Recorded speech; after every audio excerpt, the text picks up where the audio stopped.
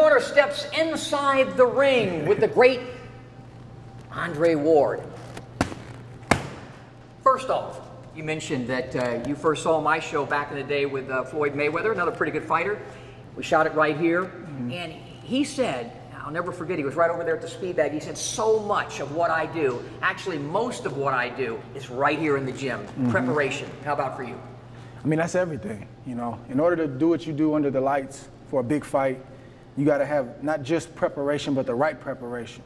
You know, me and my coach, we do a lot of drills, working the same stuff over and over and over for a particular fighter that we're going to fight. You know, just the basics, man. We're always perfecting the basics. In terms of the basic, there is no more basic than the jab. In your case, the left jab, which I feel the most important punch in boxing. What do you think? I agree. A jab can set up a lot for you, and a jab can also get you out of a lot of trouble. You get hit with a big shot and you're hurt, that jab can keep a guy off of you and keep him out of range, and it also allows you can win around with a jab if you know how to use it. So the jab is just it's a lost art today.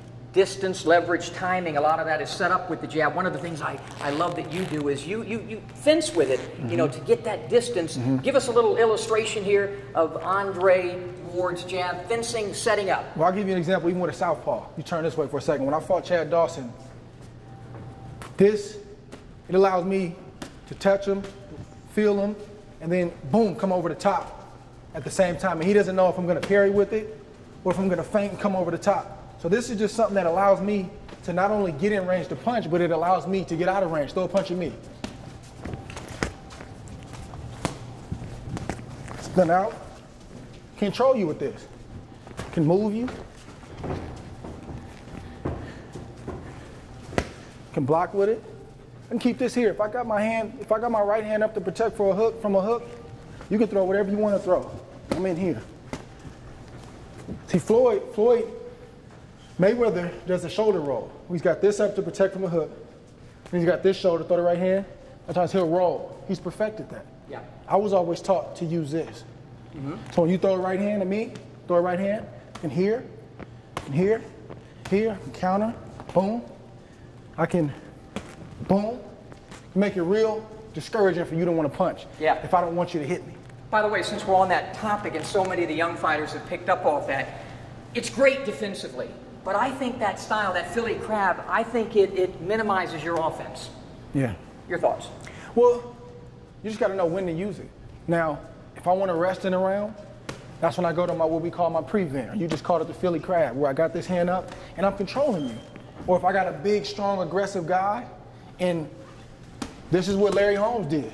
First couple rounds, I don't need to do nothing but really just jab and just control you. And one punch that I stole from Floyd Mayweather that he originated was the jab to the stomach. Right to solar plexus. Put both your hands up. Guys are not ready for the jab to the stomach. I can look a guy right here, boom, hit him in the stomach. That's a body shot, but it's at long range. I don't have to be in close and be susceptible to short shots myself. I can be long range the first 2 rounds, boom, give me that air. Steal air from them. Boom, it's stabbing them in their gut. That's also slowly breaking them down. I love that term, and it shows you're old school because even though you're only 29, Mike McCallum used that thing, you know, stabbing, and that's an old school term. But that thing to the body, it can paralyze a guy momentarily as well. It's going to drain you, but then off of just beating you up slowly, now I can bring something off of the jab. I can take you here, and I've hit you there 3 or 4 times, fake, boom, come with the hook. Or if I still want to beat you up with the jab, I can feint, boom, come with the jab. I can do that all night long, and then I look you here, boom, I go back downstairs, and that's just discouraging. That's one of the things I've noticed about you, that you work the entire body. I'm not saying you stray low, I'm just saying you work upstairs, downstairs, upstairs. What dictates that? Yeah, everything's a target. Everything's a target. And, you know, I'm a clean fighter. Sometimes things, you know, you hit a guy and it's a foul or whatever, but it's not intentional. But the main goal is I want to beat you up, and I want to break you down. And again, I get caught up in this sometimes. Us young fighters today, we want a clean, knockout, real kind of shot where I don't want to throw. But you got to understand, you may fight a guy with a tight defense, and you got to break him down. You can hit a guy, boom, on his arm. You blocked it, but I still hit you. Yeah. Here, boom, boom. You may block this punch, but it hit you. I didn't hit you in your stomach like I wanted to, but I caught you here, and if I hit you there 4 or 5 times around for 10 rounds, you're going to start to feel it. And then I start to... So you don't always have to hit the target. You don't always have to hit the target. You got to understand that the whole body's a target. One of the things I've noticed about you is sometimes you're throwing a punch to set up another punch. Yeah. Give us an example of that. Talk about that. Yeah. Well, like I just mentioned with the jab, for me, a lot of times, it'll start with a jab. So I don't even have to throw a punch, and I can see what you do if I feint you. Okay, Smitty's got his left hand down. Boom, I can feint you. I can step out here, boom, come over the top. That's a let's pick your hand up. Sometimes I feint this way, boom, and the guy will drop that. So I say, okay, I feinted him one time. We feint him again, okay, did it again. Feint him a third time, I got him. Boom, boom, boom. Come with 2 or 3 shots because every time I feinted you, you dropped it. You dropped it. This time, boom, I made you pay for it. That, in the ring, that's amazing, that time of recognition. You know, to be able to think in the eye of the storm and dissect a guy. With you, I call it, maybe you'll like this. Instead of hypnotize, with you, I call it hypnotize a guy and be able but to make it work. Yeah. It's one thing to think it, but to make it happen. Yeah. And that's where the mind thinking in the eye of the storm, as Ray Leonard told me, maybe was his greatest ability. Talk about in a boxing ring, my opponent has a game plan. I have a game plan. But the goal is to let you know that this is my ring. We're going to fight under my terms, and I'm going to implement my game plan right away.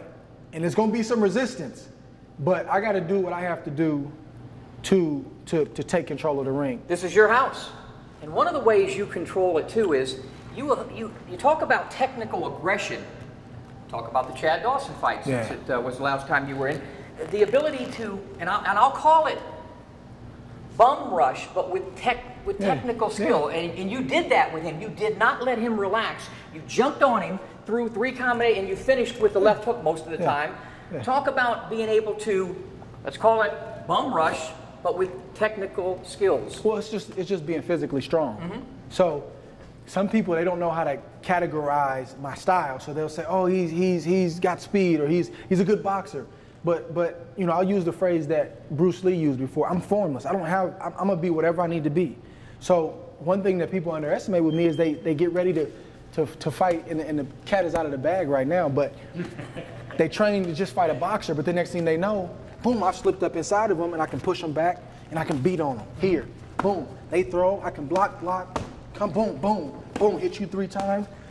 Like with Chad Dawson, we just kept pushing them back. The next thing you know, I'm up on you again, but I'm hitting you with short shots. Bang, bang, bang. And no time to react. Bang, bang. Getting you out the way. Then we start all over again. Take you back to deep water. Let you think about what just happened. And then I'm right back again. And it just keeps going on until you break down. And then all of a sudden, boom, boom, like with Chad, and the shot gets through. Combination punching, I think, has become a lost art with a lot of fighters. It seems like they don't finish combinations. You will use the left jab and occasionally a lead right, but you're a combination puncher. Why is that so important? See, I thought I was a combination puncher too, until Verge told me otherwise. He said, guys like you, guys like Floyd Mayweather, and even Bernard Hopkins, you're a pick'em type fighter. So you'll use a combination to get a guy out of there. He said, but you'll pick a guy. Bing, bing, bing, bing. 3 shots, walk off. Bing, pick you.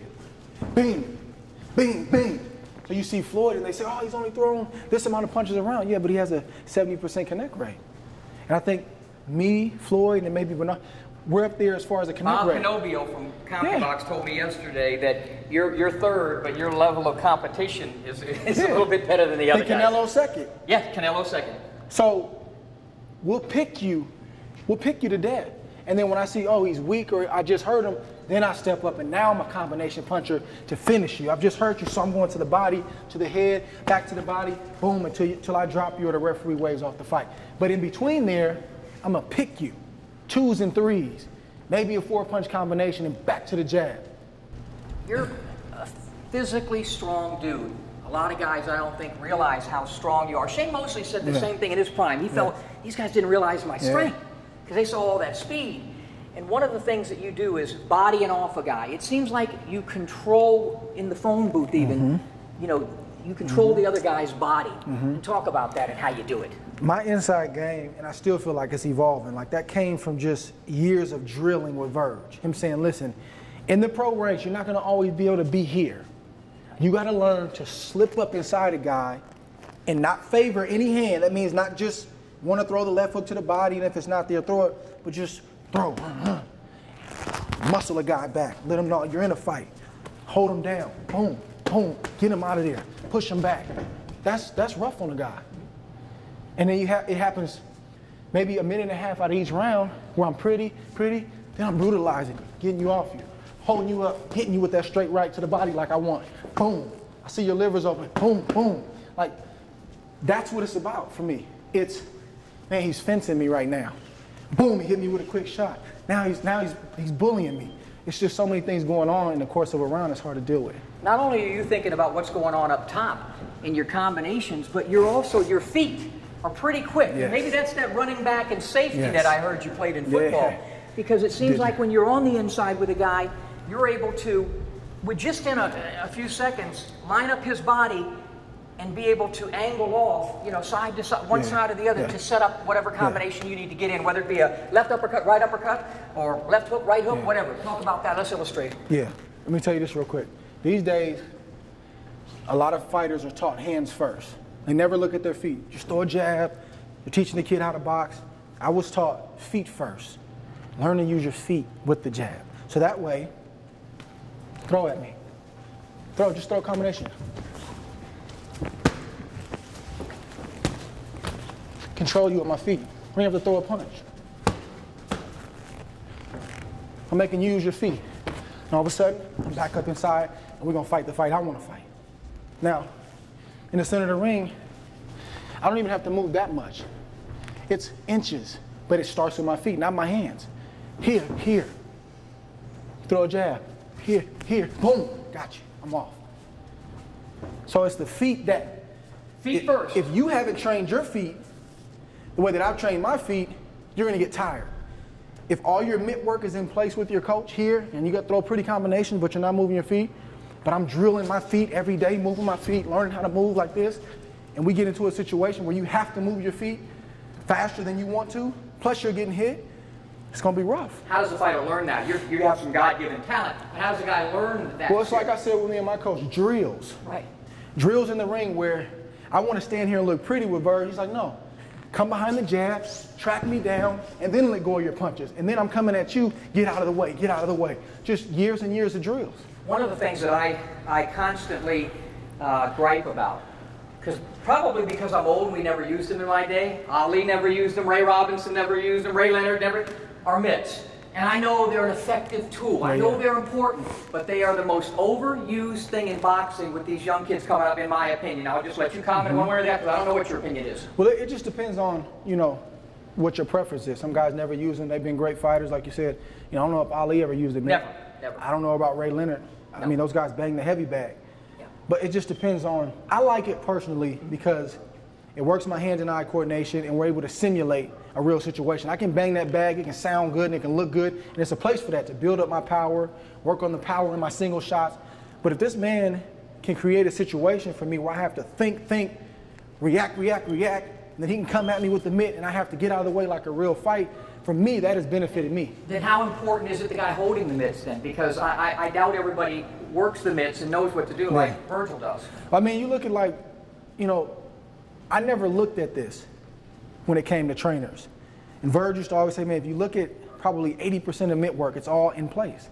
Guy has a pretty target here, pretty target here, pretty target. And you hear pop, pop, pop, pop, pop, pop, pop. He said, but, and I'm going to be honest with you, I don't like a lot of the drills we do because it takes me out of my comfort zone and it makes me work my whole body instead of just standing here banging away looking pretty. But when I get in the ring, it transfers over. When I compare you to other fighters, I go back, I don't know, you won't remember, well, you probably will. You better remember the name Henry Armstrong. Oh, yeah. 3 titles at one time.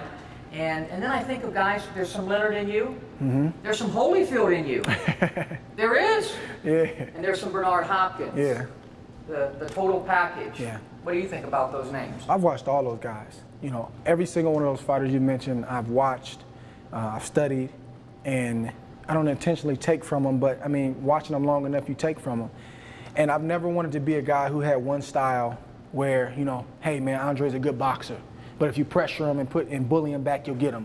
Or hey, he's a good brawler, but if you box him, you can outbox. I wanted to be an all-around guy, and that's what I'm developing into being is, man, I can fight a tall, rangy southpaw like Chad, but I can also fight, you know, a rugged guy like Abraham or Miranda. Like that's the fighter that I always wanted to be, an all-terrain fighter in this ring where I'm comfortable. If my back is to the ropes and you're coming at me, I know what to do. I'm comfortable in the center of the ring. I can counter, I can do. I'm comfortable backing you up if I gotta push you back.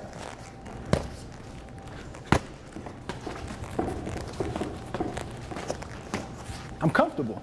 This whole ring, I wanna be comfortable. I don't wanna have an area that makes me nervous. Is it important for you to go down as one of the great fighters of all time? Personally, it is. I mean, when I got into the sport of boxing, my goal was to be one of the greatest that ever did it.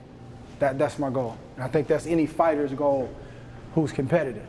And I want to have a Hall of Fame worthy career. Well, we waited about 3 years to get this done, but it has been our pleasure, and more importantly, my pleasure, to step inside the ring with one of the greats, Andre Ward. Thank you. Smitty, I appreciate you, man. Thank you.